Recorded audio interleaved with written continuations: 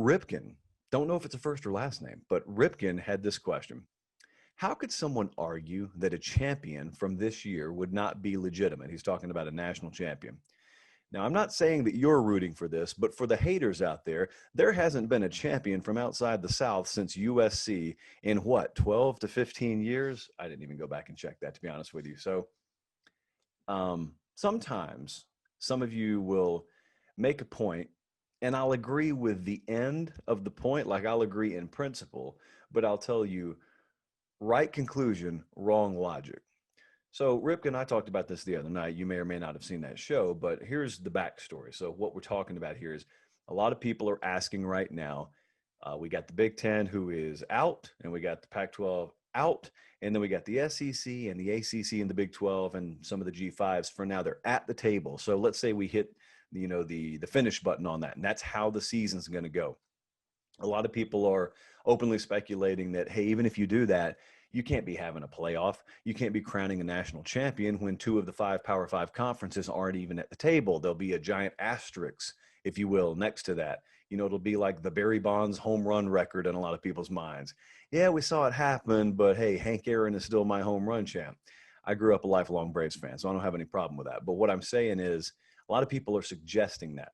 And so what Ripken's saying is, well, since someone from the South hasn't won the college football national championship in who knows how long aside from USC, then what does it really matter? Well, I agree that the title would be legitimate this year, but I don't agree it's because no one from the South ever wins. I'll tell you why.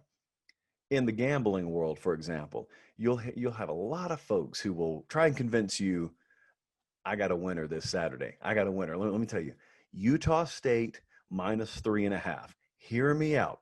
Utah State as an underdog or as a favorite of 3 to 7 points is 38, 17, and 2 against the spread in road games since 2006. Great. That's wonderful. But you know what trends are really good at predicting? The past. I'm pointing to the past over here. The past is what trends are very good at predicting. Just like with the stat that we're mentioning now. Yeah, a lot of teams from the South have been very good at college football for a long time, and we're in a pretty prolonged run right now where a lot of teams from the South, not just the SEC, Clemson's had a good run. They've been winning national championships. That doesn't mean any given year we know what's happening. Trends like that are good at predicting the past. But let me tell you how quickly that stuff can change. Let's take a team from the South, for example. Let's take the Clemson Tigers. I remember in 2015, that was the first year that Dabo and company went to the national championship game. It was Clemson versus Alabama, and a lot of people were picking Alabama to win. Now, I picked Bama to win too. Bama ultimately won. But part of the logic that I never got, like I don't know why this matters in a football game, part of the logic some people were using picking against Clemson was, well, they hadn't won a title in 35 years, nearly 35 years. Okay, well, Clemson lost the game, but I can assure you it had nothing to do with a 3.5 decade drought of titles. Because you know what they did the next year? And then you know what they did 2 years after that? They won championships. So it doesn't sound feasible until it happens. For all we know, Oregon could have gone in this year, or Ohio State could have gone in this year and won a national championship. It wouldn't have mattered what their latitude and longitude was. They could have won it. That's not my point. A lot of people are making that point. Oh, someone from the South would have won it anyway. No, that's not how I think about it. The way I think about it is this. As we said, or as I said on the show the other night, I don't think it's very wise to apply August logic to what would eventually be a December discussion. So to reset the button here, a lot of people are sitting here in August saying, oh no, title wouldn't be legitimate. Well, you're saying it in August. But fast forward to December. If we're in December having that argument, then by the very nature of the argument, what do we know in December that we couldn't know now? Well, what we would know in December is the SEC and the ACC and the Big 12 and some of the G5s have actually gotten a full college football season in.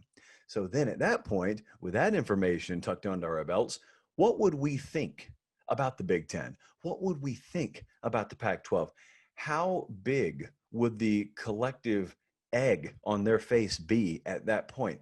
How much sympathy would anyone have for those conferences who at that point it would be crystal clear made the very worst move that you could have possibly made because they told you, Kevin Warren, I think it will go on to be famously told you it was abundantly clear.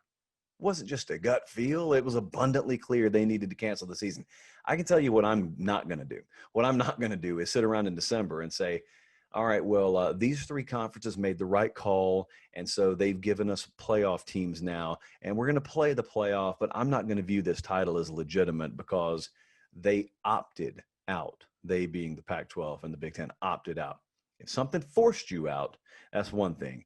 But if we're sitting in December and we got a bunch of worthy competitors who finished an entire season and showed you that it was very possible and very doable, I'm not going to look at someone who voluntarily walked over to the sideline and then tried to dictate terms of the game. That's not the way that's going to work. If you quit, which you will have done, and it will be framed that way, if everyone else gets seasons in and then you don't voluntarily, you're not going to sit over on the sideline. You got full right to be on the sideline, but you're not going to sit over there, and no one else is going to convince me that you can sit over there and then invalidate everything else going on. That's not the way that that works. So no, for many reasons, Ripken, I disagree with the logic there, but I do agree with your overall conclusion. By the way, that whole asterisk discussion, before we move on, you will never get consensus on this. Now that's obvious, okay? We're going to have a situation, hopefully, if we get a season in, where these would be good problems to have. But I ask this: let's say Clemson, since I was talking about the Tigers a second ago, let's say they go on to win the national championship. I ask Clemson Tiger fans this, fully pronouncing the Z in Clemson, obviously. I ask Clemson Tiger fans this: if you guys win the national championship, do you care if a Minnesota Golden Gopher fan tells you your championship has an asterisk next to it? Do you care if a sports writer tells you that it has an asterisk next to it and it's not as legitimate as other titles you've won, and it's not as legitimate as other titles in any other normal year? Do you care?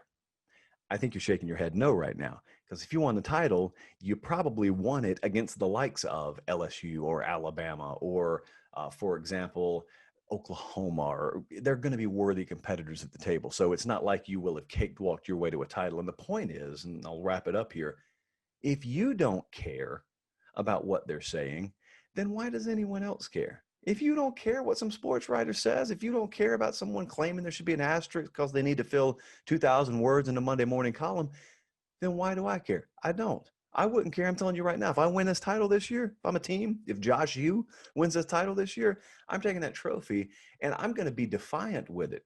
I'm going to do like UCF did their Phantom title in 2017. I'm going to rub it in your face because I know it aggravates you. So absolutely, if they actually hand me a real trophy, I am proudly displaying that bad boy, because it may not be Ohio State that I won it over, but maybe I won it against Alabama, or maybe I won it against Oklahoma. It's going to be legit no matter what.